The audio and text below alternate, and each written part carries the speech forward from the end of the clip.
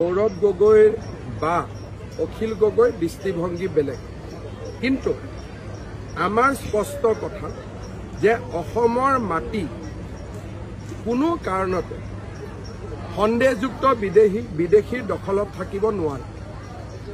এটা এটাকৈ আমি সমষ্টি হেৰুৱাইছোঁ, জাতি হেৰুৱাইছোঁ, মাটি হেৰুৱাইছোঁ, ভেটি হেৰুৱাইছোঁ।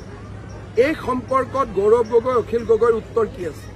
উৰিয়াম ঘাটত অবৈধভাৱে থকা 10,000 মানুহে যদি ভোট দিলেহেঁতেন তেতিয়াহ'লে খিলঞ্জীয়া ৰাইজে বিচৰা ৰায়দানটো বাস্তৱত প্ৰতিফলিত হ'লহেঁতেন নে এই সন্দেহযুক্ত লোকসকলে দিয়া ভোটটোৰ জৰিয়তে ৰাইজে নিজৰ অধিকাৰ হেৰুৱাই পেলালেহেঁতেন?